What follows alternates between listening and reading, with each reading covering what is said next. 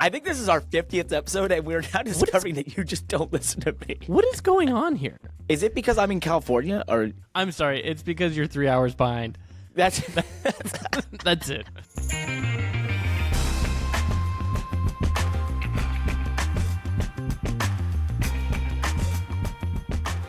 right? We're live. First and foremost, before I jump into it, I just want to give a shout out to where I'm currently speaking from. I am coming to you from the Smoking Tire Studio at the West Coast Collector Storage. My buddy Matt Farah, Zach Clapman, let me use this as I'm out in LA between Vegas and Phoenix. So thank you to them. Go check out the Smoking Tire podcast and the Smoking Tire on YouTube. Some of the best automotive content for, oh my gosh, maybe for 8 years now. One Take's a great podcast. I've been on it. I listen to it all the time. Very informational. So they let me use their studio, which is super cool. Landon, what can we expect on this episode? We got big penalties in NASCAR. How Los Angeles is the best training ground for NASCAR drivers. I'll dive into that. Friend of the pod won their first race in NASCAR this past weekend. The Cup Series is showing great growth post-Netflix. We'll dive into that. And is there a new manufacturer on the horizon for the NASCAR Cup Series or NASCAR in general? And, of course, all the drama that has happened off-track in F1 because there's been nothing on track. We got some big changes to World Rally and big money in IndyCar, Landon. So we got a packed show ahead of us. Yeah, let's get into it. Let's do it. Starting the PR lap. First and foremost, shout out to iRacing, who added rain, finally. You can race in the rain in iRacing. I can't wait to try that. I'm going to try it next week. Is it out today? I think it's out today, as we're recording, Tuesday, March 5th, 2024, the day that rain hit the simulated world of iRacing. Not a good moment. Rain hits the NASCAR track usually. It's a great moment for it to hit the simulation world. Love that. Can we race in the rain on any track surface? Yes, ovals have it. You can have it anywhere. What? So is there a different rain tire? Can we run a NASCAR Cup Series car on a Daytona oval? They should be able to, because guess what? It'd be entirely possible in real life if we wanted to, and we'd just get a little adventurous. All right? That's all I'm going to say. Hey, NASCAR, just saying. I know I keep getting called crazy like I was called crazy 2 years ago when I was like, we can drive on ovals in the rain. And then guess what? We were driving on ovals in the rain after that. It's not insane. We just don't want to do it. So it's not impossible. It's like France. The national word of France is impossible. I'm just kidding. It's not impossible. You just don't want to do it. All right, let's talk we're in the PR lap. We do have a new review on Apple Podcast. And Landon, we got to give a shout out to Mike Davis, president of Dirty Mo Media, because we are not a Dirty Mo podcast. But this comment says, titled, Best Dirty Mo Show. So congratulations to Mike Davis. You never bought us, but apparently you have done such a good job advertising. You have inseminated the listeners out there to think we're on Dirty Mo. This one's from Trooper JU11811. Hey guys, love the show. An insight, my boys and I, one is 12 and 9, are way into NASCAR, and they're constantly asking me questions, and the content is great. It helps me engage with them more. Love that. I enjoy the positive nature of this show. Some of the others who I shall not name are a bit negative, and it's annoying. Fans want to be entertained and engaged. I get the expertise of others, but not all of us can take a car apart and build it again. One last note, nor can we, by the way. I attended the 2021 COTA F1 race, and as excited as it really was... Hold on, you buried the lead on that review. What? It said it was the best Dirty Mo No, I podcast. said that at the beginning. Did you not hear my whole thing? I wasn't listening. What's happening? Our next reviews are going to be Parker speaks into the void. Landon doesn't listen and rehashes everything he says. Well, so you clarified that we're not a Dirty Mo podcast. I did clarify that. I made a whole joke. I made a whole joke about Mike Davis doing such a good job that he now owns us. You just missed it all. You got to listen better. I was reading the notes. Hey, so whoever this is, says it was really, really underwhelming. The atmosphere sucked. The merchandising sucked. It just doesn't compete with the atmosphere of NASCAR, and I keep trying and maintain interest, but it just doesn't hold. Nothing compares to the rumble of NASCAR and the adrenaline it creates.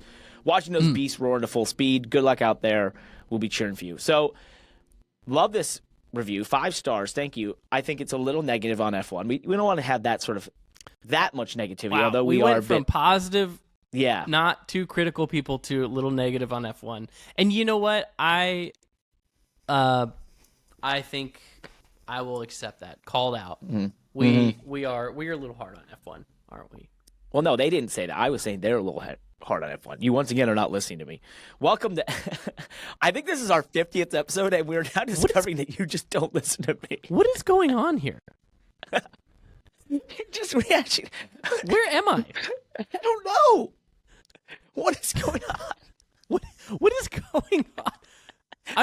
Now I'm reading through the show notes. Am I looking at the same show as you?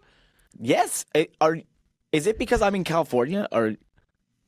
I'm sorry. It's because you're 3 hours behind. That's it.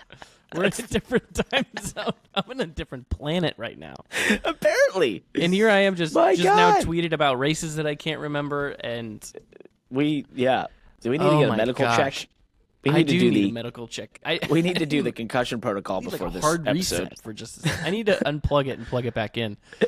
Please do. Okay. Can I move on to the next one? We're on Spotify reviews now on our show notes. If you just go, for those listeners out there, our show notes are just a chronological rundown of the show. You just scroll down and it's all in order of how we do everything. In fact, we don't even need to record a show. We just you could just publish the show notes, and we don't even have to. You don't have to listen to us talk or me get confused or anything. You could just read our show notes and you're like, oh, that's what Landon and Parker would have talked about if they were alive. Or you could subscribe to the Money Lap newsletter, and it's a very similar content. There you go. I love that. Great shout out. All right, so I'm Spotify. I'm in the game. You're back. You're back. Thank you. Spotify. Andy Rossetti 5 days ago. Great episode to help fill me in on NASCAR across multiple series, which I've grown to find more intriguing than F1 nowadays. Appreciate the insights, Landon and Parker. Brett Silver, Formula One's new tagline, the greatest parade in motorsports, and that comes from a fan who's been waking up Sunday morning to watch since Senna and Prost were battling it out in the 80s. All right. Maybe that is the right. Thank you, Brett, for opening my eyes to the right way to disclaim our criticism of F1. Is that it's all in love. It's all out of love. I mean, who hasn't 100%.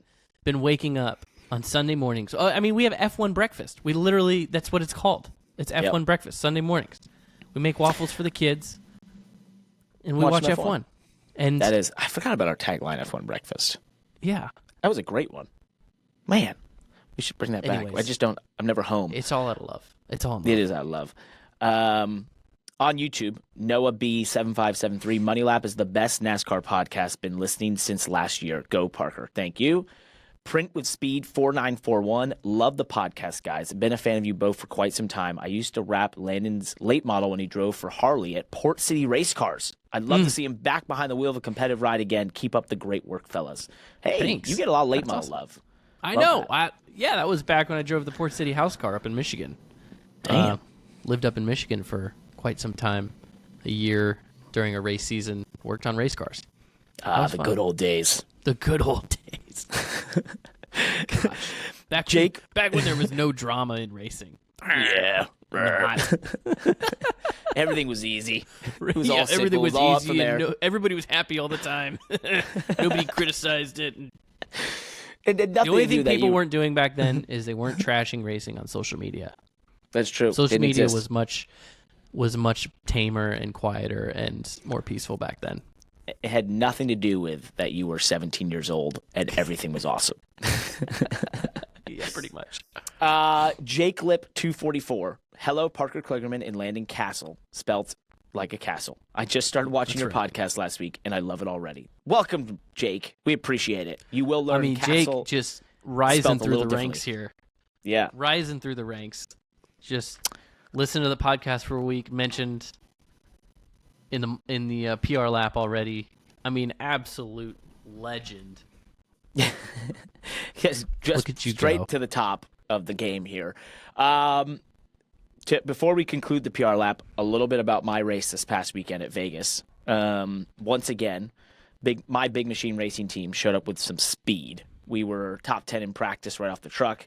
Pretty tight. Got to qualifying, nailed 1 and 2, but then it was a very windy time, and I got down a little early into 3. Got tight off of 4. We ended up qualifying 7th, but it was solid. And then we fired off in the race, and we're like a 5th to 7th place car, just tight. I was first to the wall. If you watch the race, thank you, Austin Cindric, for shouting it out. But I was always first to the wall, which was great for about 10 laps. I'd make a ton of time, and then I would destroy the right front tire at the end of the run. And so much so, we actually had 2 that were basically coming apart.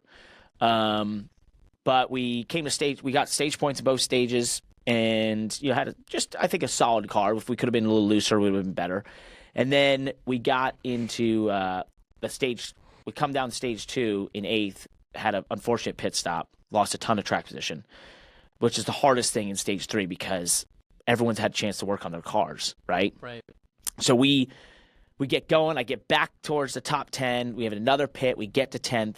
And then we fired off from there, and we ran between 9th to 11th in that run. And then our green flag stop was a 20-second stop, unfortunately. And so it netted us out to finishing 11th. I was passing Allgaier for 10th on the final lap into the final corner, right? And had caught him from like 3 seconds back in a matter of laps. I'm running the wall, flying, fast as the leader basically at the time. And get to him, and J.J. Yaley, who we'd lapped a couple times, had been running the wall. So I was running the wall, but when I was coming up to him on the final corner for the last lap, my spotter's like, hey, he's been running the wall. I saw that. So I was like, you know what? I'll just shoot to the middle. All I got to do is get to Justin's right rear, and I'll beat him off 4, and we've got 10th place. Mm-hmm. I turn to the middle as we enter the corner, fly a ton of speed. J.J. Yaley turns down right into me. I'm like, what are you doing? I lost it. Totally lost it. I don't usually lose it. Totally lost my cool. Finished 11th. But I was just so frustrated because it was like he just, the golden rule if you're being lapped. And look, I've been in uncompetitive cars and been lapped before. And the one thing I tried to do was just do the same thing that I had been doing every time that car had lapped me before, right? Mm-hmm. Just try and do the same thing. Be predictable. Just continue the line you've been running. Right. That's the easiest thing for them. But when you switch it up for no reason, even if it was well-intentioned, like he knew I was on the top and therefore was trying to give me the top, which is nice, I had already kind of committed to the middle. And so it's just the most frustrating thing when that happens. Nonetheless, we didn't get top 10, but we had speed. It was solid. We got to clean up our pit stops. It was crushing us. We did literally this race is exactly like last year, except we had more speed. We ended up having a slow green flag stop that took us out of a top 10. I think on this day, if we have two better stops, we finish somewhere between 5th to 7th. So did it finish? Is what it is. Did the race end in such a way that it always does, where nobody had any tires left? Had the caution come out? I think the 7 maybe would have had tires. I think they did fuel only. That's why I caught them so fast.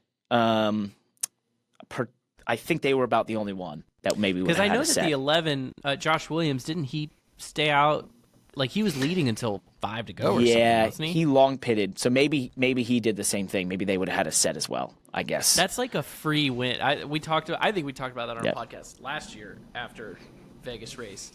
That like my dream of that race, of the easiest win in history, is to get to save your tires, almost go a lap down, but get a caution with 10 to go and be the only one with stickers. Oh, it's my like gosh. be playing a video game. Yep, you just fly to the top, drive around everyone, and see you later. Yeah, I mean that would awesome. be one heck of a way. Yep. To get a win. It has happened before. I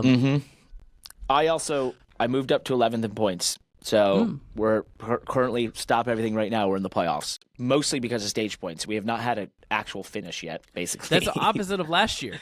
I know. We're actually scoring stage points. That's going to be exciting. It's going to give you some optimism.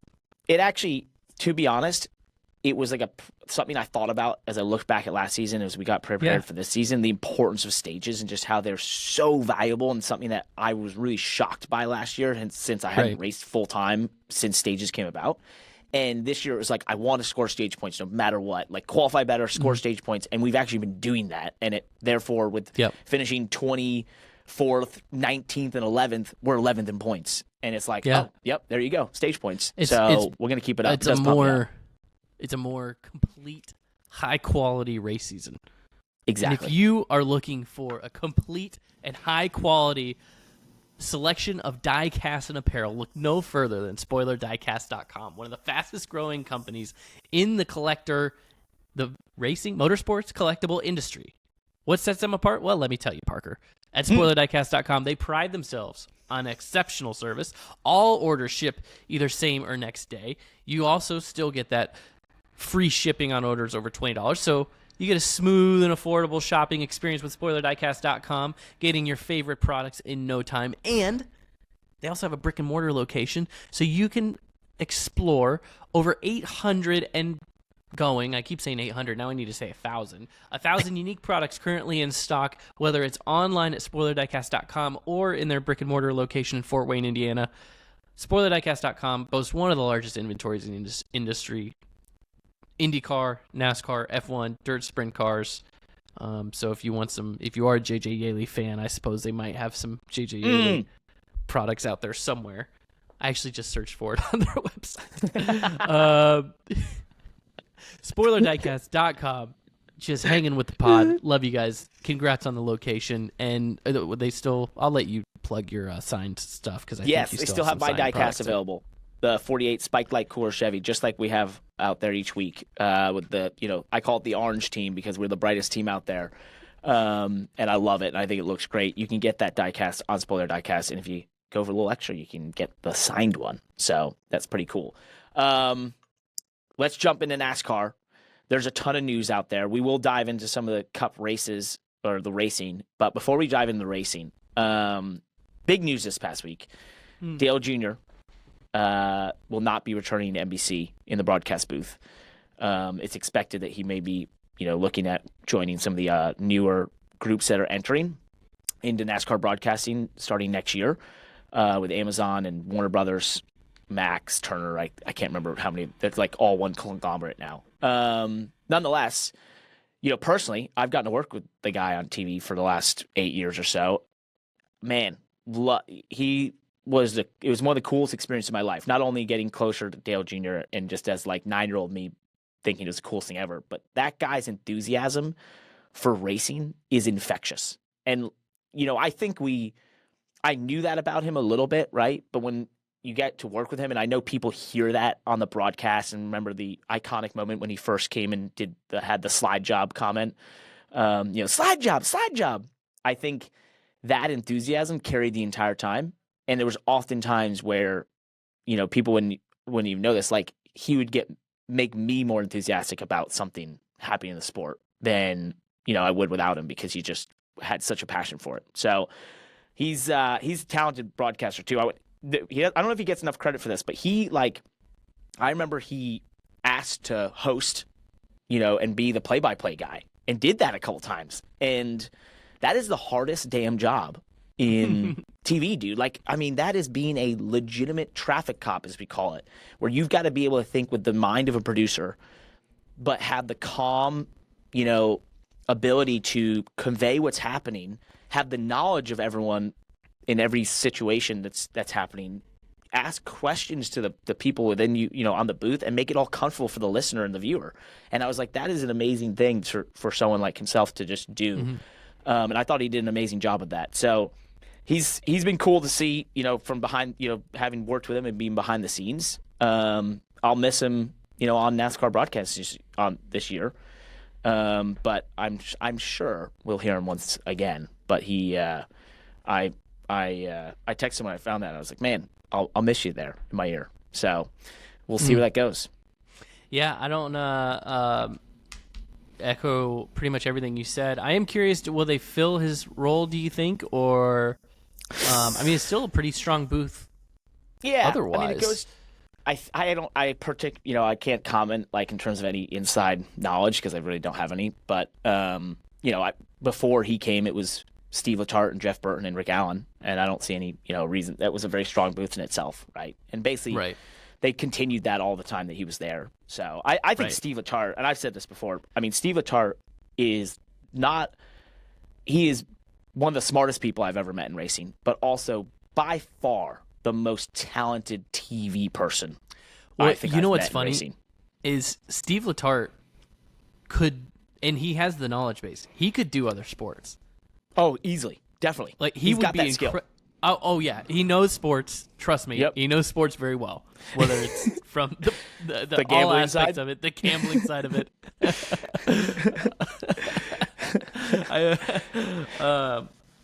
But he would be incredible in any other sport as well. So yeah, Junior, I'm looking forward to seeing what's next with him. Obviously, he's got Dirty Mo Media and his shows and a lot going on, so it's not like he's going somewhere.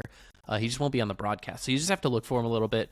But it'll be cool to see where he ends up. And his part of the one note I wanted to make about his success, I think that is transcended beyond him being Dale Jr., but him turning into his own Dale Jr., right? The person that he is and not his dad's son. I think it's his authenticity that is what allowed him to transcend beyond Dale Sr. And that's what, to me, that's why he's so good on TV, because, he's just a normal guy, and he's very just what you see is what you get. And that's why he's so lovable and why he has such a great fan base, and why he was great on TV. He's not your traditional play-by-play guy, but like you said, he has the knowledge, and he just has the love for the sport and the willingness and ultimately the authenticity. So he's great for the sport, great for TV. Love having him.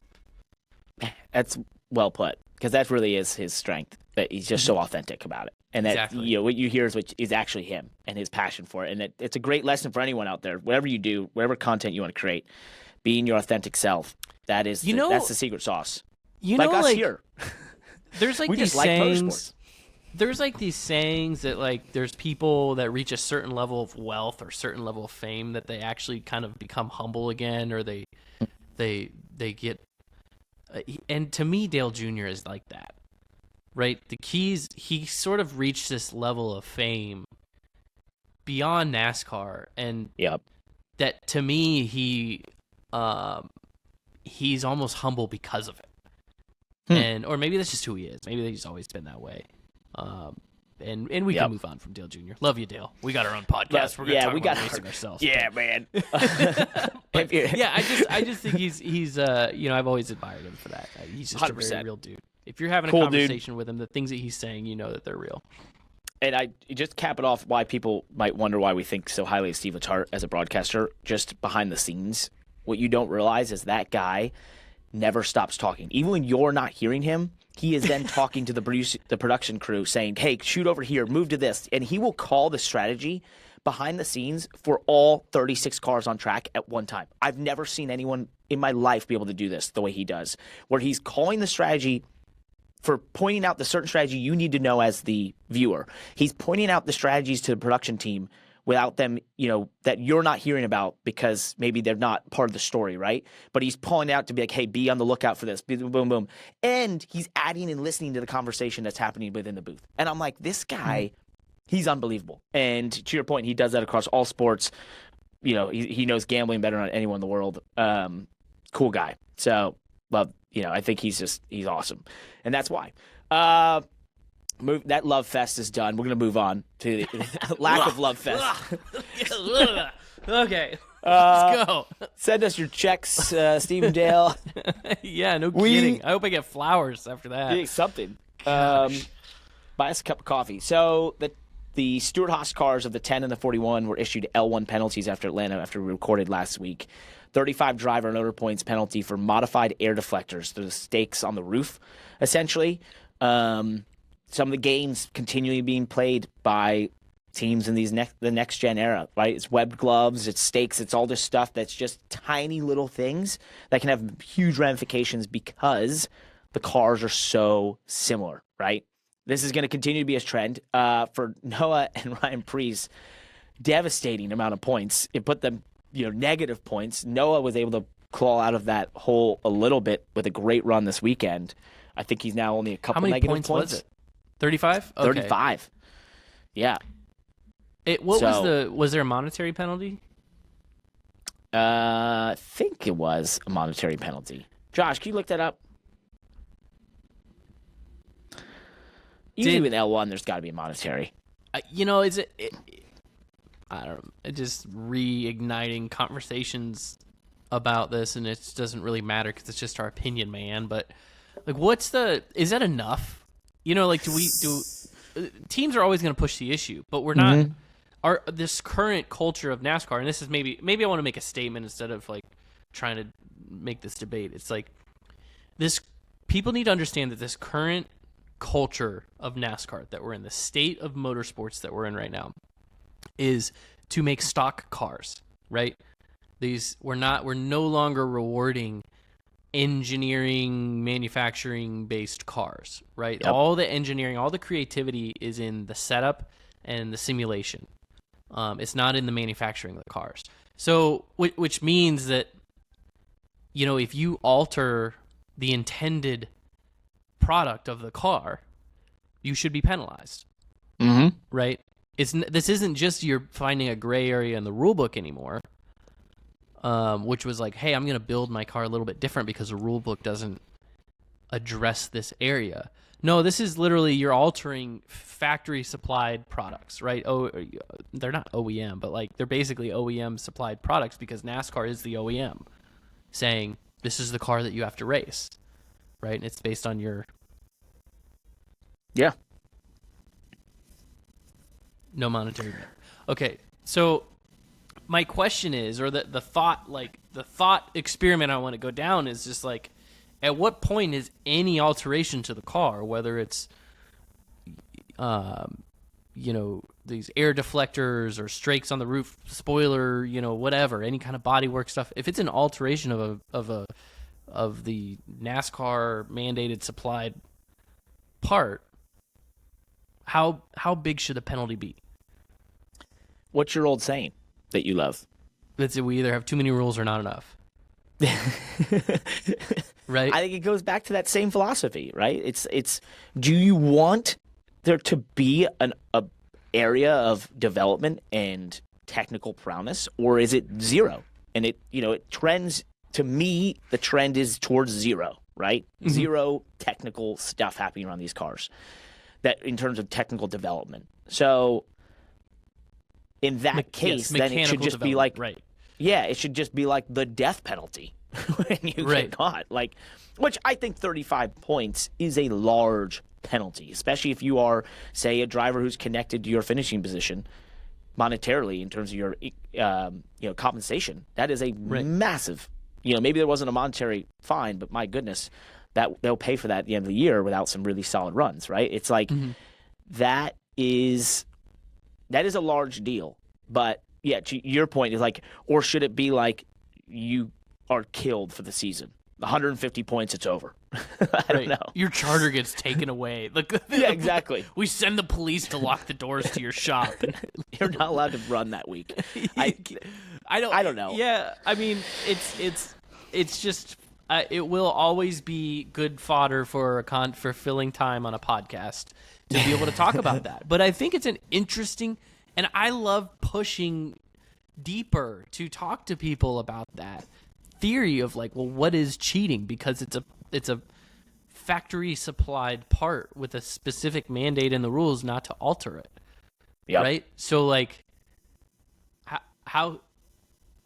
What's that? So the team makes that part? Is that what you're saying? But to a certain specification? So they tried to, it's just pushing the limits to what the parameters of what that part is, I guess. Yep. But either or, know, interesting. The conversation you're having. Well, to your point, the question is just sort of like, what is the real goal here in terms of this car and amount of development that you want to allow in it? And if it's zero, then it's like, are these penalties large? Right. I think that's a pretty large penalty, personally. I think it's a pretty big one.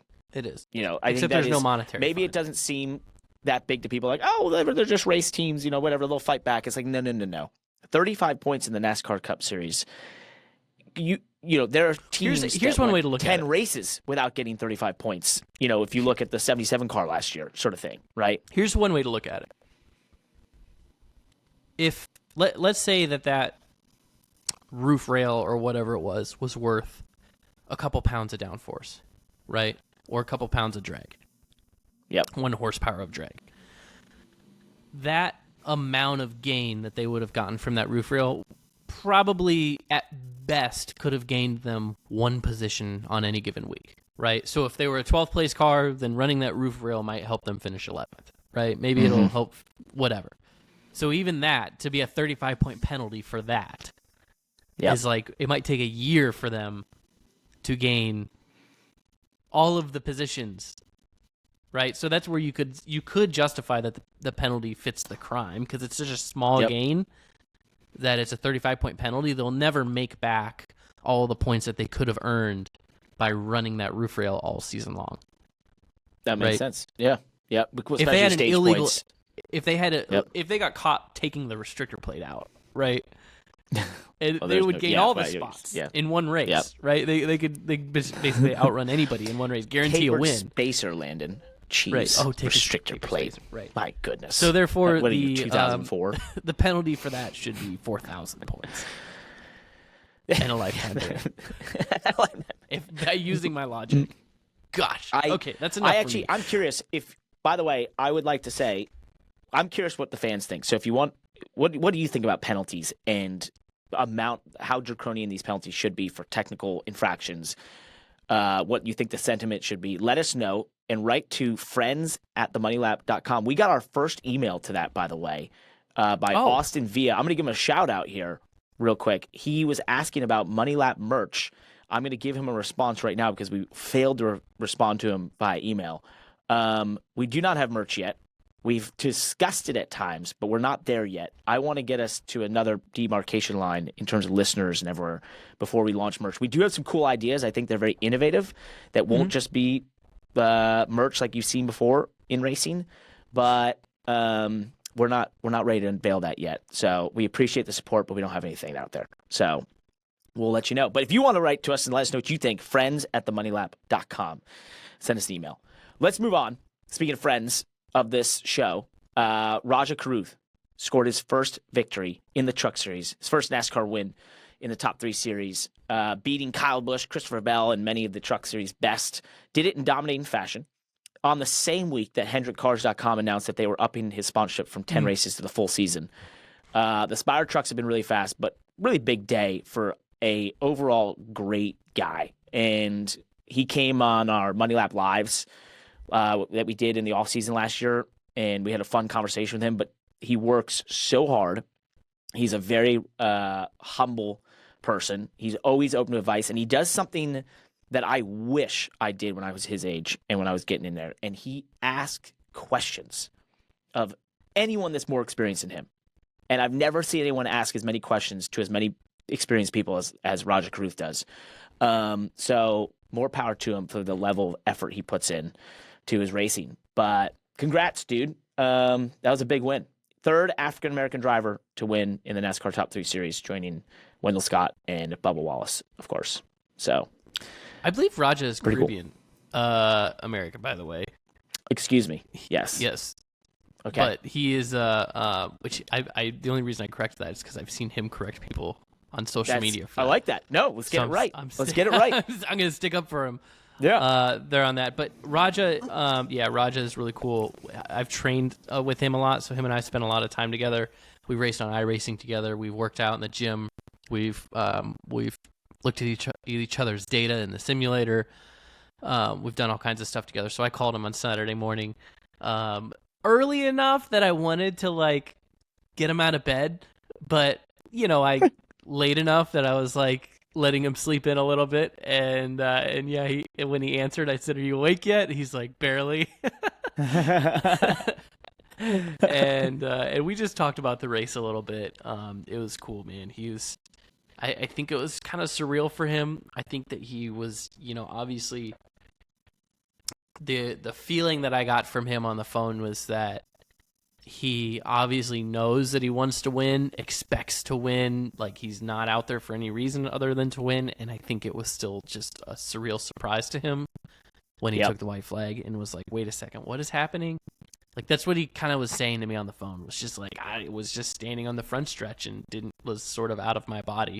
It didn't really, it was like surreal that it was happening, but I was surprised that it was happening. It didn't feel real. So good for him. And what a cool way to do it in Vegas. A great weekend with Kyle Busch in the field. Like, yeah, that's a big one. I'm not going to let, I'm not going to let anybody hold that over me at all. That's a good one. It's a big first win. I should clarify, as you pointed out. So I should say third black driver to win in the NASCAR's Top 3 Series. Yes, African American was incorrect. That is not the term to be using. So, damn you, Parker. Well, you know what? It's a good lesson for everyone, to get those sorts of things correct. So congrats, Rajah. Awesome job. Worked so hard at this. I think he has a very, very bright future in NASCAR. And he'll, go as far as he can, as he wants it to go, because he's got the speed, he's got the work ethic, and now he's got the CV to back it up. In the Xfinity Series race, we talked about my race and the speed I had, and how we just sort of didn't execute as well as I'd hoped. But our race team continues to bring fast cars, which has been awesome, and I think we're in a way better spot than we were last year this time. But one consistent was John Hunter Nemechek and the Joe Gibbs Racing cars were really fast. John Hunter Nemechek won. First non-Chevy to basically win a race in NASCAR in this first couple races of the season, basically. So I believe that's the case. So can we just pause for a moment and acknowledge the unbelievable staying power of the JGR Xfinity program over the past 17 years? Yep. Like, can you pick any amount of time? Maybe there is one. This is why I'm asking. I'm not saying it like I have the answers. Can you pick any amount of time since 2007 that JGR's Xfinity program was in a slump that lasted for any reason? Like, they couldn't not even insignificant spell amount slump. of time. I don't even know how to spell it in that building. What's the longest they've gone without a win? How about that? I don't know. It's gotta be sure. like 3. It's got to be the time that there was 4 or 5 weeks, break. Maybe. There was a break in the racing for some reason. November to February. To your point, that's a great that doesn't get discussed enough. They are just the absolute gold standard in the Xfinity Series in terms of consistent speed, and especially at the places that require, I believe, downforce. Like the places that require you to have downforce in that race car. It's good old-fashioned NASCAR tracks. Yeah, and create grip. You can, without a doubt, just guarantee that the Joe Gibbs Racing cars are going to be fast.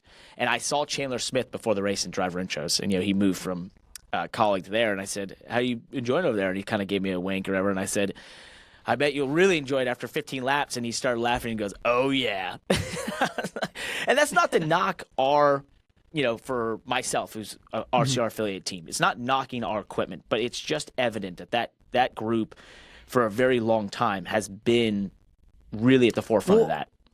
So, there has been, through the Xfinity Series, there have been major organizations that have come and gone, or have been there the whole time, right? RCR has been in the Xfinity Series the whole time during that time period. But they have had their ups and downs, right? They've had time periods where they won and dominated. They had the Tyler Reddick for a couple of years. They're doing really well with Austin Hill right now, but they've had years where they didn't win any races. They were non-factors, right? Roush has had years in the Xfinity Series where they've won championships and then they went off the map, right? Yep. Hendrick's been in and out a little bit, but Junior Motorsports has been there. But even Junior Motorsports, they've been consistent and competitive, but they've had championship efforts and then they've had years where they weren't really there. Yep.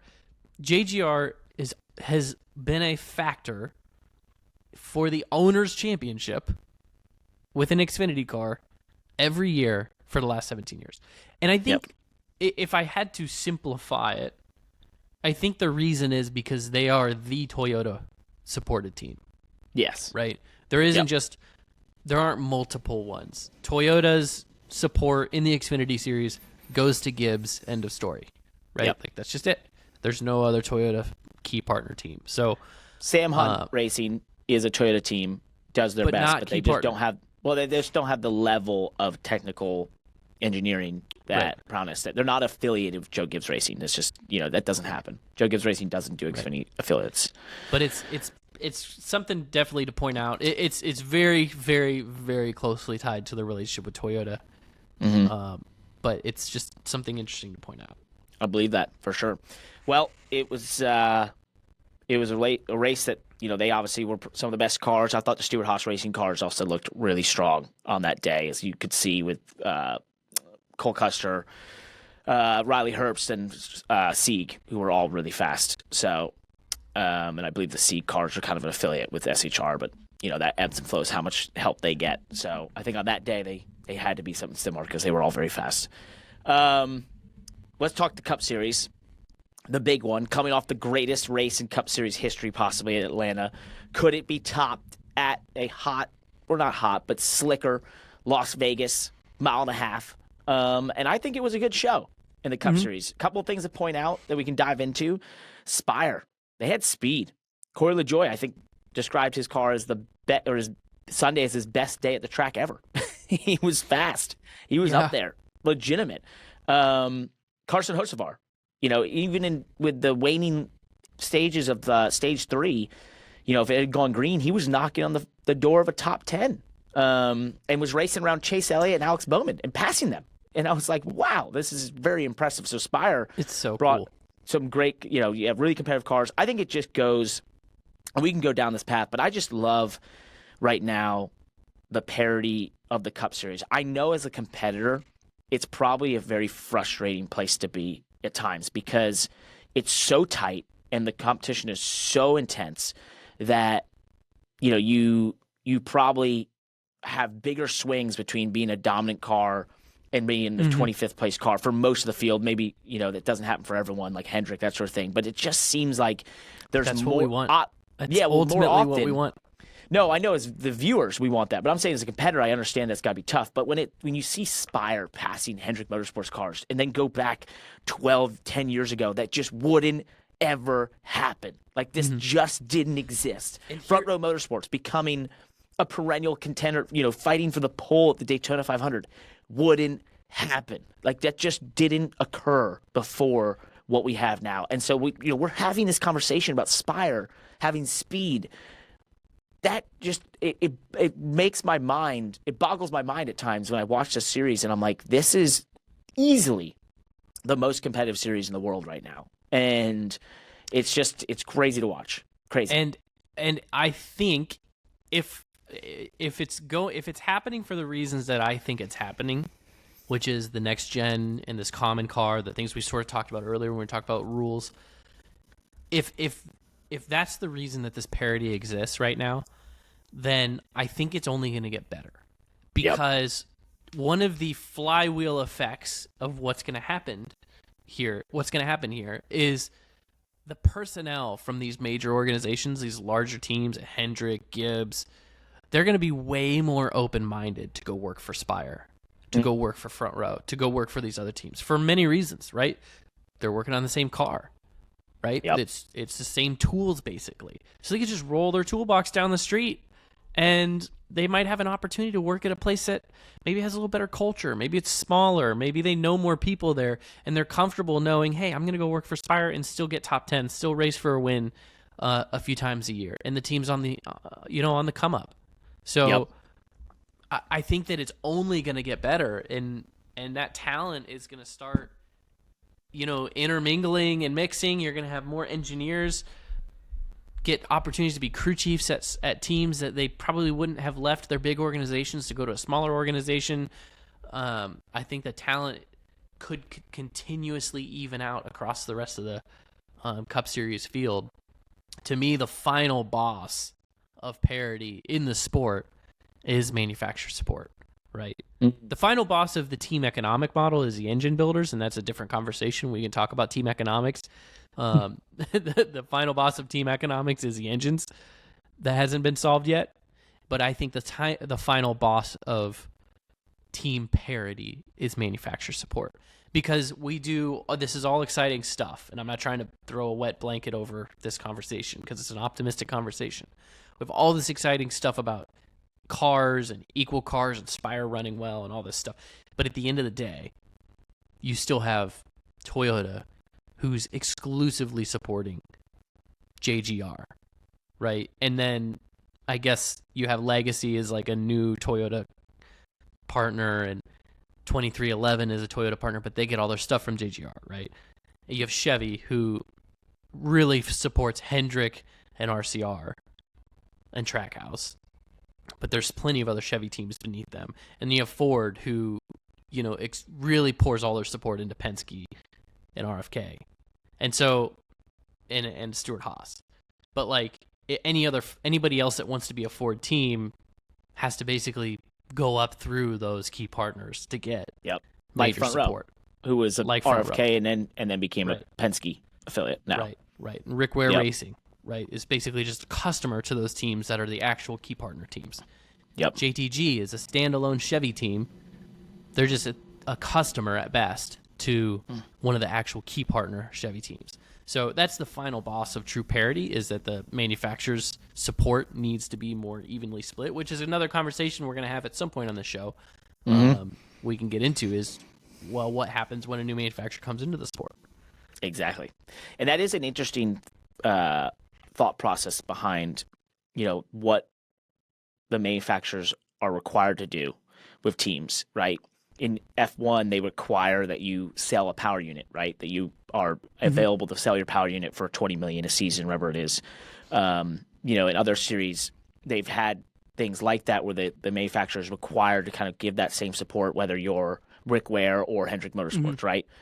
That's definitely not the case in NASCAR. You do have your key partner teams, and they, you know, with the manufacturers taking over the Aero side and any of the wind tunnel time, you know, that data only goes to those key partner teams. So simulation time only goes to key partner teams. Right. The Aero data, that was a recent rule in an effort to contain the costs for the teams. And I think that maybe is a good thing for the teams, but I think it was not such a good thing for the centralization of information, right? Because then it just, like you said, now all the Aero data runs through the manufacturer, so the manufacturer just picks who gets the Aero data. And if the manufacturer doesn't really want to support a Chevy team that's not one of the key partners, then they don't have to give the Aero data to them, and that's fine. I mean, and that's the thing that's difficult for NASCAR to do right now. Is like you can't force these manufacturers to you know where to spend their money. Now other racing series have put rules in place like that, but you can really only do that for new manufacturers coming in, saying, okay, here's our new policy moving forward, right? Say if you want to get into the sport, you have to be able to build an engine for everybody that wants one, right, at a certain price. Well, NASCAR's just been around for so long, it would be like a pretty monumental change to do something like that. Not saying it's impossible, but it would be a pretty big culture shift. Yeah. We'll talk about new manufacturer here in a little bit, but funny you bring that up. But it is an interesting discussion, and it's something like last year when I was doing the pit reporting, that you would go to teams, and even teams that were successful, and they'd be like, our biggest issue is that we don't know exactly what we're supposed to do here because we're not getting the information, right?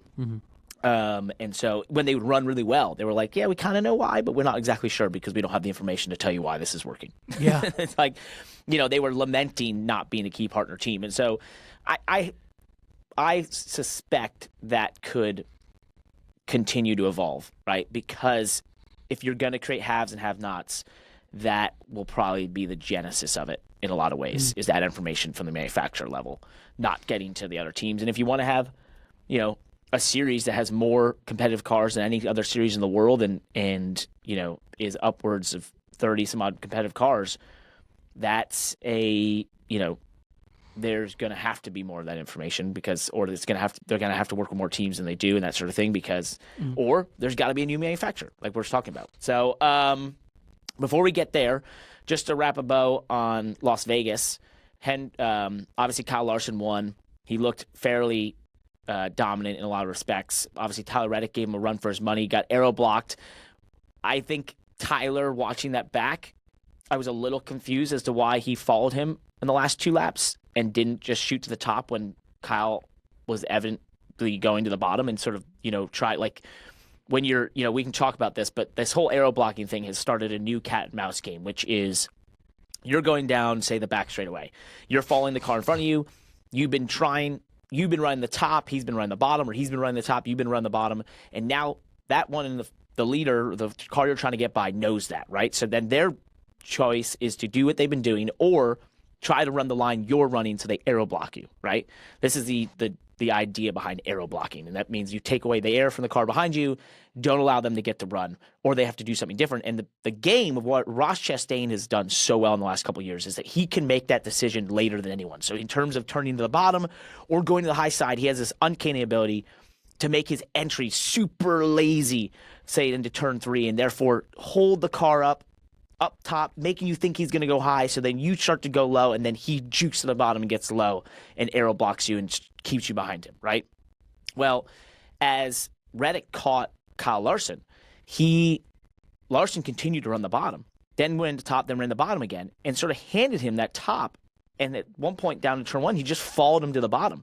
And it didn't, to me, look like Kyle even did the lazy turn in or tricked him. It was like he made it very clear and signaled he's going to the bottom, and he just followed him. So I don't know if that was just a miscalculation or what, or he felt like maybe that was his chance to somehow get the car turned at that time. But I found that to be an odd choice that took away the chance of maybe creating a run to get the win. And you're talking about that 2 to go, like going into turn 1? Yes, 2 to go. So, I mean, I think that what you said about Ross, to me, I think that Ross, obviously he's just really good at keeping an eye on his mirrors and that camera to be able to make those decisions. Yes. I think Ross's driving style, I'd have to pull out some data if you were going to call me on the carpet on this to really back it up. But it's my belief that Ross has a very late turn-in type driving style to begin with. So I think that Ross, just based on his driving style, gives himself an extra little bit of time to make that decision because he turns in so late at most racetracks. But he's like you said, he's really good at the mirror driving, the aero blocking piece of this. But I watched it in real time. I didn't think it was a misstep on Reddick's part to make the move that he did. I mean, I think that maybe running the top in 1 or 2 one more time would have been smart, but I kind of likened it to, because I watched it live, and I likened it to more of a success on Kyle Larson's part than it was a failure on Tyler Reddick's. I likened it more to like Tom Brady walking up to the offensive line behind his center and reading the defense and calling an audible right before taking a snap. Right? Like it just, Larson crossed the line to take 2 to go. He probably was watching his rear view camera more than he was watching out the windshield. And right before turn in, he read the defense. He made a judgment call on where he thought Reddick was going, and he made a decision, and it was the right one. And that race, to me, Kyle Larson won that race going into turn 1 with 2 laps to go. Yeah. Because it's just like 100%. the fact that he called that coverage, right? I'm still using football terms here. Is the fact that he basically nailed that coverage on that play in that into that corner, right, with 2 laps to go, killed Reddick's momentum, heated up his tires, right, because he's going into turn 1, now he's in dirty air, he's pushing through his front tires or whatever his car was handling, and just killed him for the last 2 laps. Had no chance of recovering. To me, that was the game-winning moment, and I think it was a game won by Larson. It wasn't a game lost by Reddick. And I think it was another thrilling battle to finish a NASCAR Cup Series race here in 2024. I do know, there's probably a little frustration around. I know Reddick had some pit stop issues that maybe put him a little bit behind when he had maybe a car, obviously, that could contend with Kyle Larson there. Kyle Larson looked to have a better short-run car.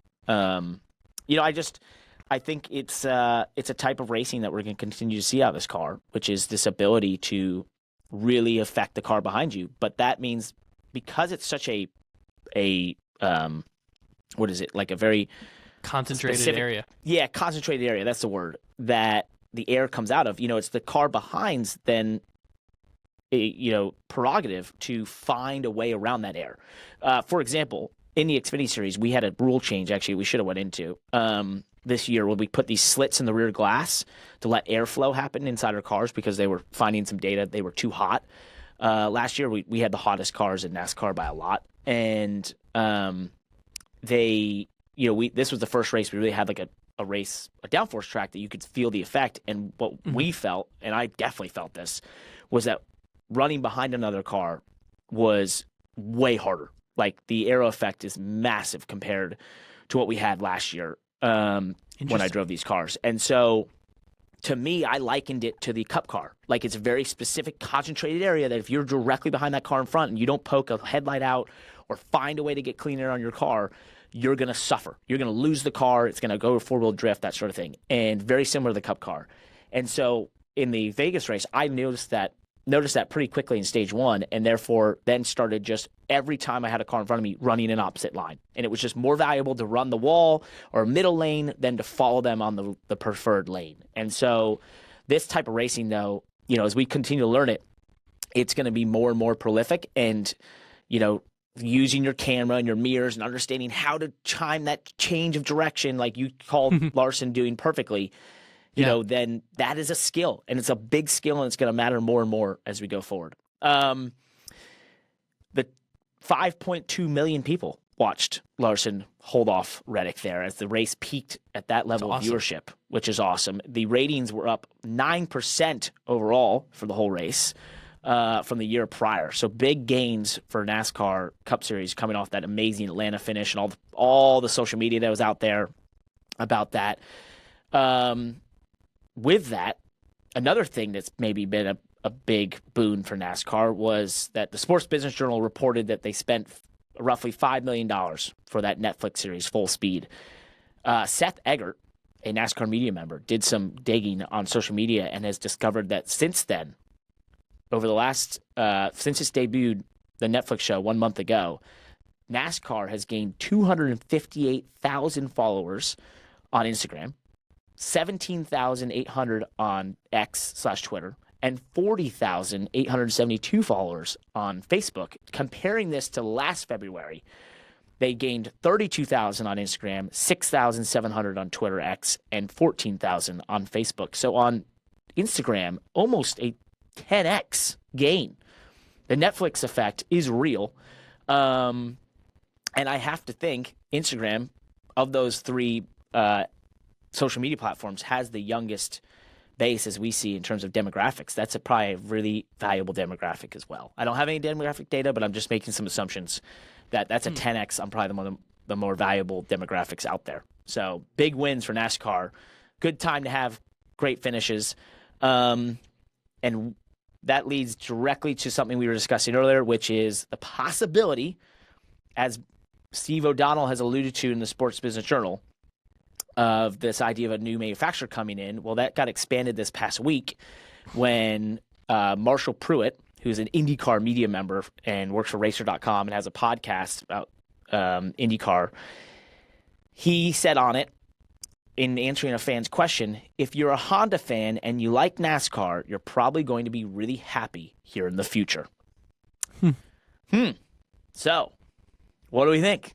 Is this for real? Is the mythological fourth manufacturer coming to NASCAR actually a thing? Could this be for real? I don't know. It's exciting. Hopefully they do. Hopefully it is real. Hopefully they come. Yep. I'm already just super curious. I'm less curious about what team they partner with, actually, and more curious about how do they make it happen, right?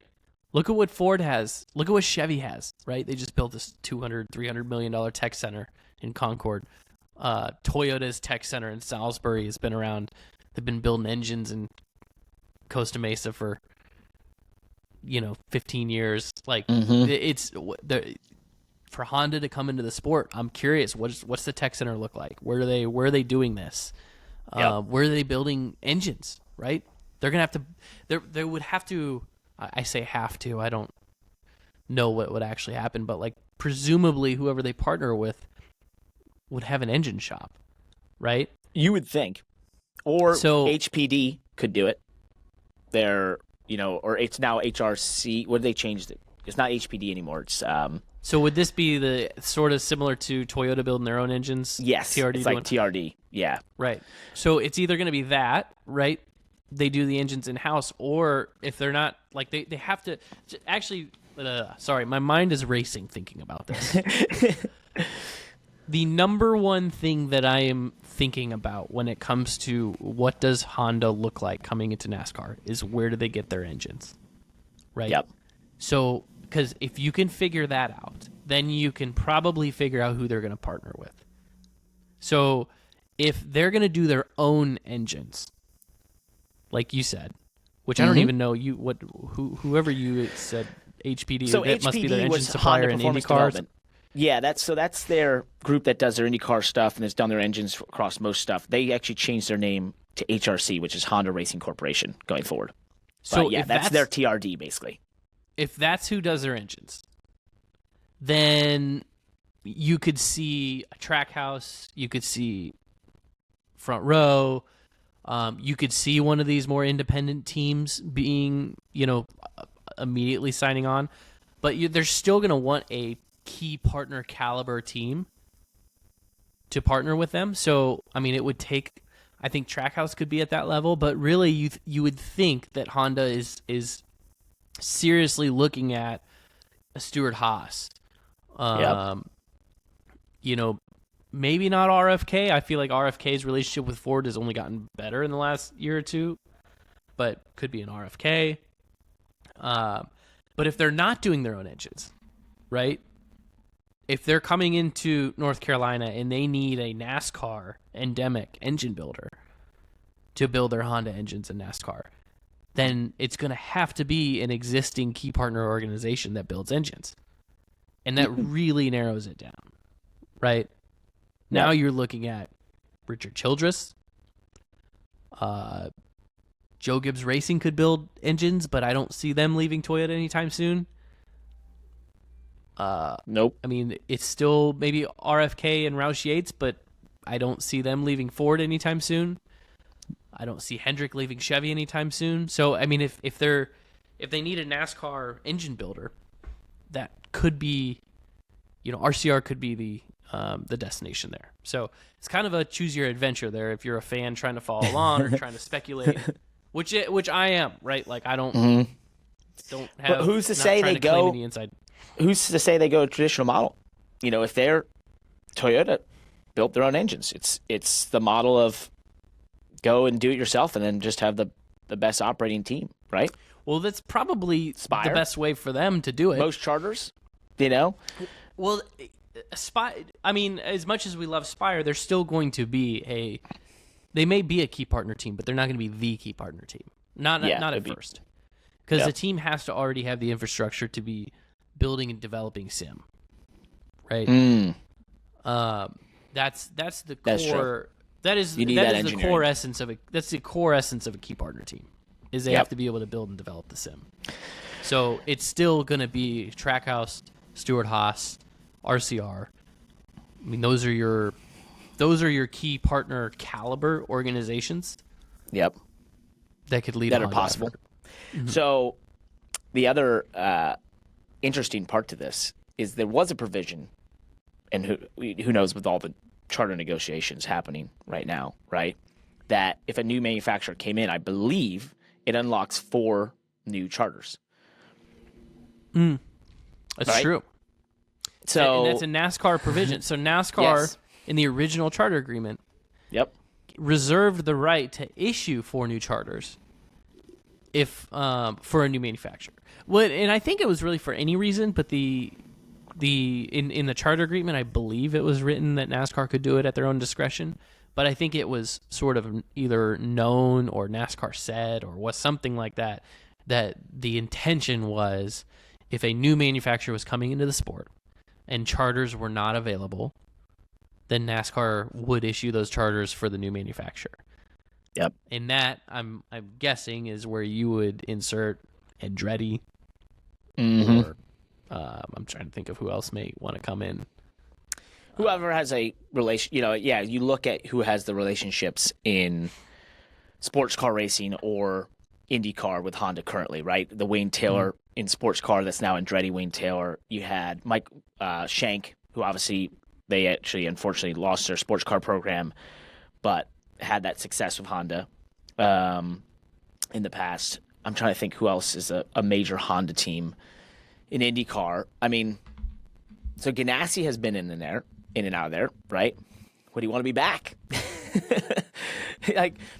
That's far-fetched. I think we're going down a rabbit hole. But I think it's a fun game to play, right? And just to see about all these connections. And I think that's the thing to remember, is it's not like starting from scratch. You know, they're a group like Honda, who's been involved in motorsports for so long and involved in American motorsports and obviously in F1 and all the things that they've done, they have a lot of resources already, right? It's not starting from zero. They're a major automotive, manufacturer. So this isn't like them having to be starting a U.S. motorsports program and to have, the talent already and that sort of thing. I'm just saying that's already here because of what they do in IndyCar and sports cars and everything they've done and their Formula One connection, which is why they became HRC to connect more of the F1 stuff in Europe and that sort of thing. What? You're getting a little too romantic though, because there's not to take anything away from Honda and how big and how capable they are. Mm-hmm. There's no amount of money that can plant you into NASCAR that will allow you to be that competitive on day one. No. And I guess I'm not saying that you're suggesting that they're a championship caliber team on day one, but look at Toyota, right? Toyota is the largest auto manufacturer. I don't know. I was about to say in the world, and I could be pretty pretty Who's easily number there. one these days? It's not them anymore. Toyota came into the sport, and it was not instant. It took some time, right? And it's going to take, and no matter who gets into it, it's going to take some time. In fact, if they want instant results, the best way to get instant results is probably to go partner with RCR.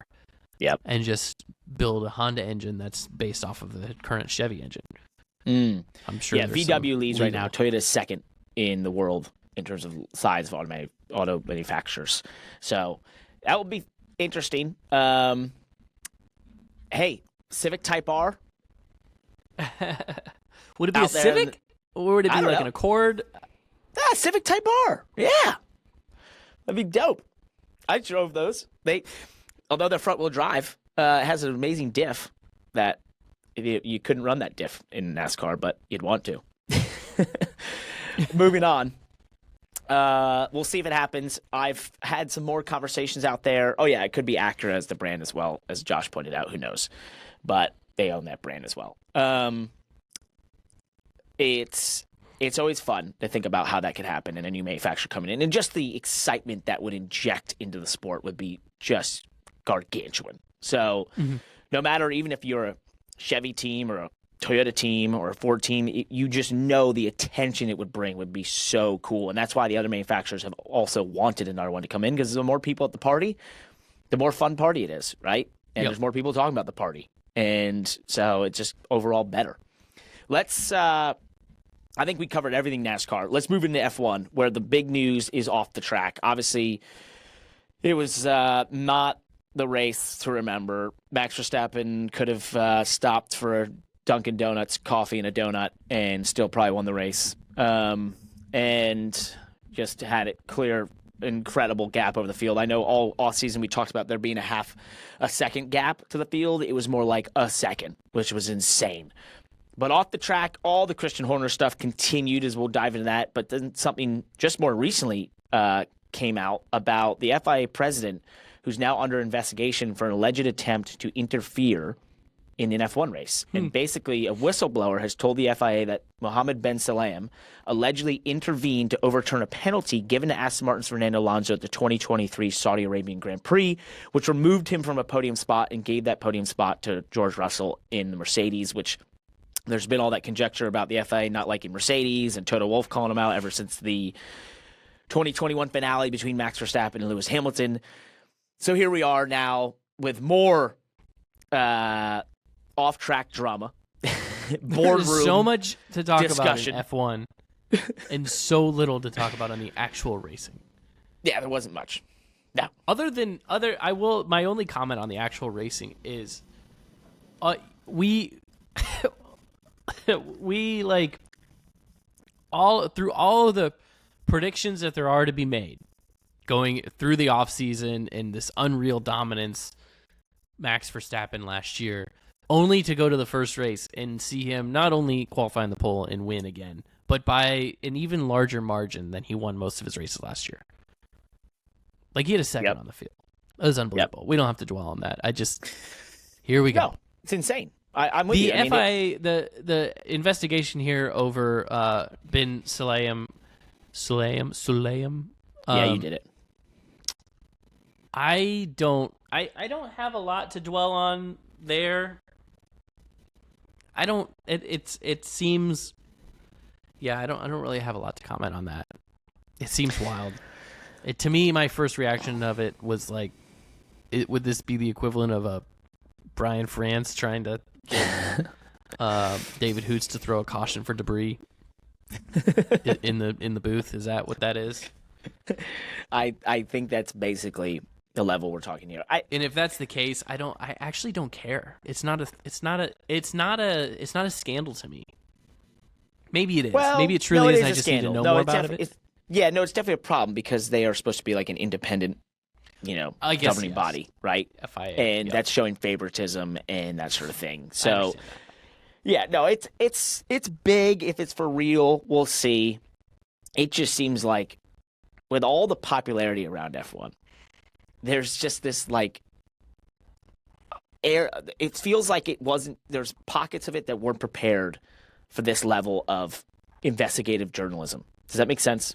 Right. In some respects, like there's just it's never had this level of attention that it has right now, right? And there's not a lot happening on track to distract the media. So they are investigating in everything. Oh my gosh! Think about this. Think about the Christian Horner thing. Like, who knows if 3 or 4 years ago, anyone cared 5 years ago? Not like obviously if he treated someone badly, that sort of thing. But to really get to that, like 5, 6 years ago, it probably wasn't even news. Like, it would just been news internally in motorsports, and it would have been okay, move on. But it's gone to become a story that's in popular culture because it's so popular right now. The next like big resurgence of Drive to Survive is going to have to be like a FIFA style documentary that digs into all the black helicopter conspiracies or the scandals, like these ultimate corruption scandals.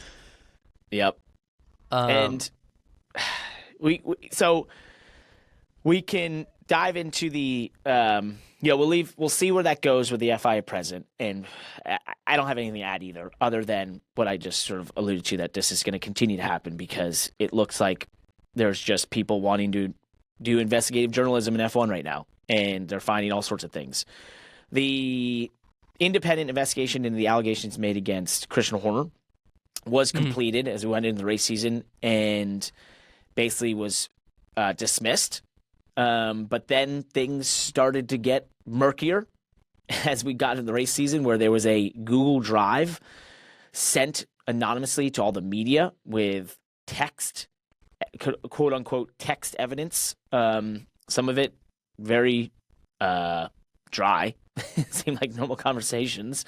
One not as toned body pic as my body. No, I'm just kidding. And that was about the extent of it. It didn't really cause. It was a nipple. It was a nipple. Yeah, there was a nipple, a male nipple there. Good point. I saw it. It was a nipple. Okay, thanks for clarifying. Long story short, it then reignited this whole thing, and you have Jos Verstappen, who's Jos the boss, Max's dad, involved in speaking out and saying it's a distraction. There's all this conjecture going on behind the scenes, and so this is all continued, and it's maybe murkier than it ever was. And now, there's even some conjecture about Ford wanting to continue with their deal with Red Bull that's been rumored out there. So it's just a big mess, and yet they still won the race by many, many seconds and finished 1-2. Yeah, I think it's kind of unbelievable what's going on with this, and I mean the whole timing of him being cleared and then this Google Drive leaking the contents of the Google Drive. Actually, this whole So did it end up reigniting any kind of investigation, or just it is what it is, and now are they trying to blow it over? I mean, it seems like Jos Verstappen is not trying to let this blow over. He's not letting it blow over. Given the fact of what he has come out and said publicly, and then I am just making my own assumptions, which is not necessarily right, but I'm going to go ahead and do it because it doesn't matter, that pretty much all of the sources for this entire story over the past 8 weeks have been coming from Dutch media. Weird. Huh. and Who's that? Now you have Jos Verstappen, being so public about, like, well, he really should step down or needs to be fired, or Max could leave Red Bull if they don't get rid of him.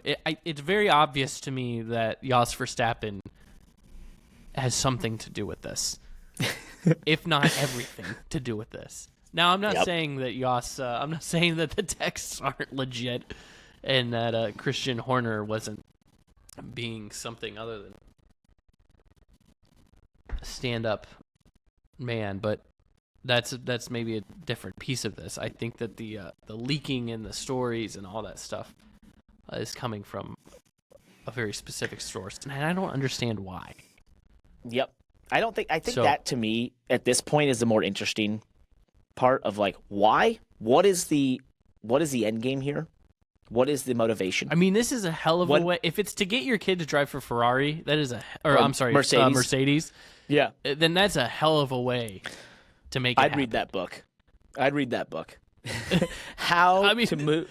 Like, when it's just like, they could have just called Toto. He probably could have gotten an offer.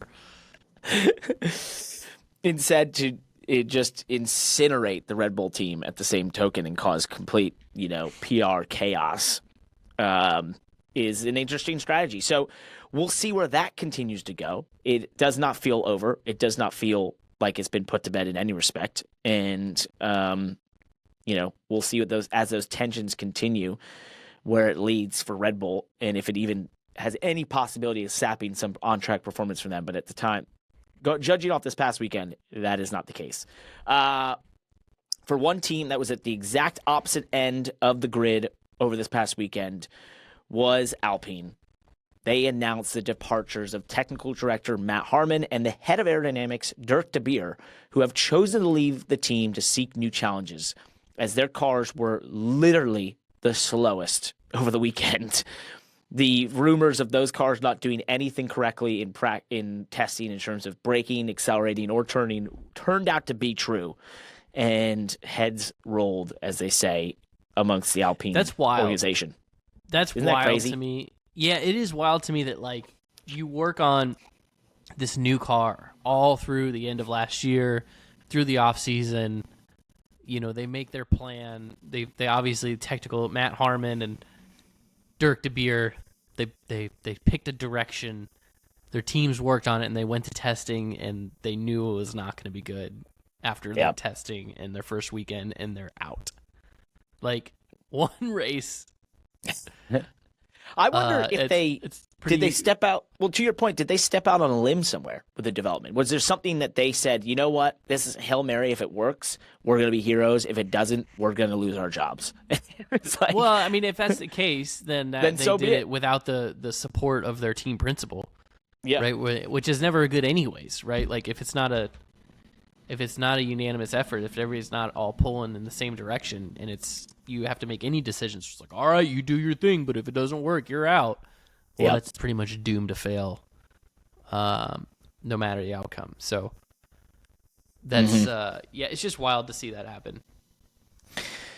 Yeah, and I have a feeling, you look at this team, Alpine, they get rid of Otmar Snaffauer last year, which I thought was an incorrect move. It just seems like there's someone above the team, and that's unhappy with this, right? And it's Renault, Alpine, obviously, but it just seems like an organization that is not being run particularly well at the moment. And maybe that means cleaning house, and this, whoever that is who's seen this, feels like they need to just start over. But I don't know. It seems very hasty. It seems like there's a lot of quick reactions. I watched, watching Drive to Survive, as we'll dive into in a second, that there's the team CEO who, at the end of the first race last season, turned to Otmar and was like, "This is unacceptable," after like qualifying or something. And I was like, that seems a bit hasty. Like, I'm sorry, but you're going up against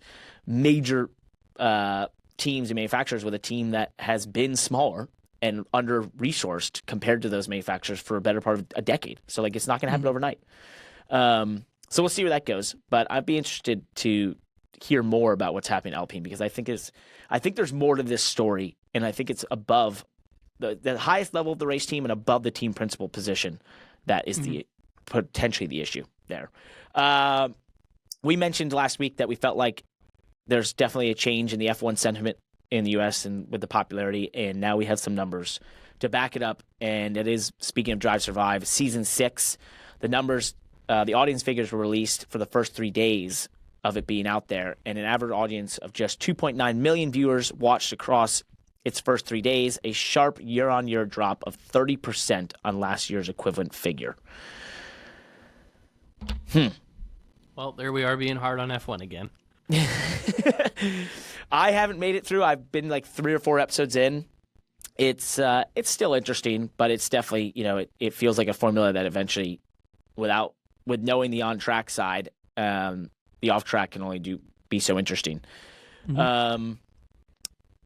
IndyCar coming back, and the Thermal Club has cut its ticket prices for the month's non-points IndyCar race from $2,000 to $500 and issued partial refunds to fans who have already bought tickets as they're doing this big $1 million race at the Thermal Club, which is an unusual thing. This is kind of the first of one of these country club-esque racetracks that have this idea of like they don't do pro racing. They just have it there for people to have houses that come and drive fast cars and to have fun and be able to say they drive fast and use their cars correctly.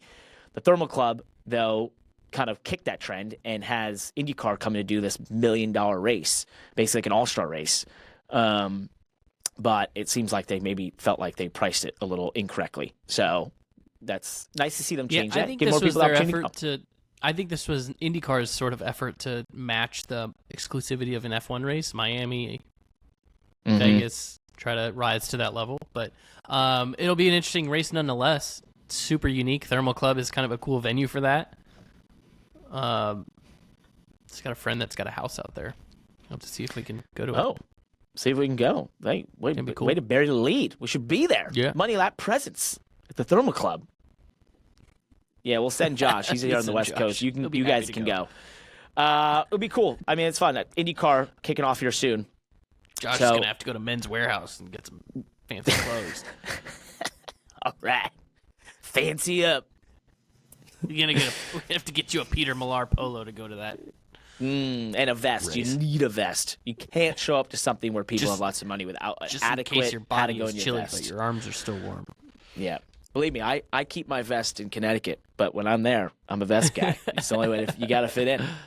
Well, regardless, I know you were about to get into this. Regardless of what's going on in Thermal Club and ticket prices, IndyCar drivers are getting paid right now. One of them, for sure. That we know of. Yeah, for sure. So this is interesting. So Pato O'Ward had some of his figures released around his income. Because of the Alex Palou lawsuit between McLaren and Alex Palou. And basically it alludes to Pato O'Ward having and Josh, you're going to have to help me out here, actually, because I think you wrote this in a weird way on our notes. We're going to bring in Josh here to get these numbers right, because I read this differently, actually, than I'm seeing in our notes at the moment. The root of it is that it's $10.2 million in total. Now, a lot of this is because he's now the reserve driver for F1, right? Because IndyCar drivers do 17 races, and I think it's like something like 4 something a year, which would put him at a very high rate per race, I believe, is what I factored it out. Maybe like $250,000 a race, basically, is $4.2 million. That's a very high amount, and if that's the case, everyone should want to be IndyCar drivers right now, basically. But he did get paid. There's some large contracts out there, but that one would be an outlier at that level for IndyCar drivers, is my belief. That would be, the tippy tip top, only one or two others that level. So I think a lot of that is the IndyCar or the F1 side, where that's what it, actually being a reserve driver for the F1 team, they can justify that kind of spend. But it does look nice seeing $10.2 million there as a total number for an IndyCar driver. That's serious cheese. You could get some Peter Millar vest with that.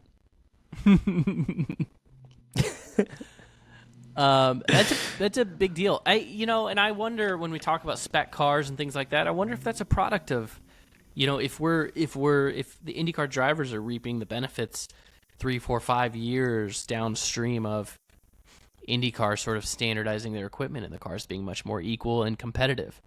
Because IndyCar racing is as competitive as it gets. We're really applauding NASCAR right now. NASCAR's doing a fantastic job. The fields are really deep. But IndyCar has been about 2 years ahead of NASCAR when it comes to that level of competition and parity. All you have to do is go to any qualifying session, and it'll be 1st through 26th are separated by 0.5 of a second. And it's like at a road course. On a road course. And you're like, my goodness, there's nothing in it between being first and 25th. When it's that close, it's all driver. The driver. When it's that close, it's all driver. But there are some out there, Landon, that will tell us we're not valuable, that we don't bring any value. It's true. Mm-hmm. It's true. Weird. Bring sponsorship. They say at that point, then it's all about the engineer. Because then the engineer can make the bigger difference. I wonder what listener we have out there that would feel targeted with that to comment. But we'll leave that for another day. Let's move into some global motorsport stuff before we cap it off here on this episode. Just quickly for our friends out there that constantly want us to talk more World Rally Championship, here you go. Could be a potential major overhaul to the World Rally Championship rules. Rally 1 to no longer be hybrids. The engines will be capped at 330 horsepower. They're going to have reduced aero restrictors to make up for the loss of aero restrictions to make up for the loss of hybrid power. The chassis to have common tooling so teams can create the chassis template. All of this done to help cost to sort of change the direction of the WRC. Quick and obviously note, I'll let you keep going. Quick note, but just note that, race fans, listeners, this is the international direction of motorsports right now. Common tooling, common chassis, common race cars. That's just where we're headed. Be ready for this era. That's a great point. Great point. It is just. We just talked about IndyCar, right? I just made a note about IndyCar. We've talked about the next gen in NASCAR. So it's F1. It's just the direction of everything. Yeah. It's all headed this way. V8 supercars went the same direction. Been about 2 or 3 years ahead of NASCAR on that. Sports cars, even the top prototype levels between what you see in IMSA with the GTB car and the LMDH cars and WEC being common hybrid units and that sort of stuff. It's just, and the GT3 platform for the GT categories. The idea being, standardization and putting it more in the hands of the people operating these things. That's the trend. And I like it. I'm here for it. I don't mind it. I think motorsports is a great place in the world right now, and I think it's in a very, very cool place and has a lot of room for growth. So before we go, just to look ahead at this weekend, we've been now looking at schedules. We're going to try and give you just what to look ahead for in this every weekend as we finish the pod. This coming weekend, starting on March 9th, you've got Moto America with the Daytona 200, which is the big sports, super bike races at Daytona, which are always insane. We have the Saudi Arabian Grand Prix in the F1 World Championship that will be led and won by Max Verstappen. That's happening March 9th. The IndyCar Series kicks off this weekend, March 10th, the Firestone Grand Prix of St. Petersburg. Love that race. Cool street course race. Super Formula is starts their season in Suzuka in Japan. The MotoGP Series Championship kicks off at the Qatar Airways Grand Prix of Qatar on March 10th. And, of course, the NASCAR Cup Series was racing on Phoenix on March 10th. And missing in this schedule is the biggest race of the weekend, the NASCAR Xfinity Series at Phoenix. Big Machine Racing number 48 Spike Light Course Chevy driven by me will be in that race. So This has been a long episode. I wanted to have Kyle Busch get on here, but unfortunately, Landon, we're going to run out of time. We've got to go. I've got to give the Smoking Tire podcast studio back to the Smoking Tire guys and Matt Farah. So that's it for the pod today. Thanks for listening to the Money Lap. As always, check out themoneylap.com for the best 5 minutes in motorsports, or sometimes just the coolest stuff in motorsports, delivered directly to your inbox 3 times a week. Check us out on YouTube. We're growing fast over there. And of course, Twitter, TikTok, Instagram. We're all over the internet. We're spreading the word of how cool motorsports is. Check us out.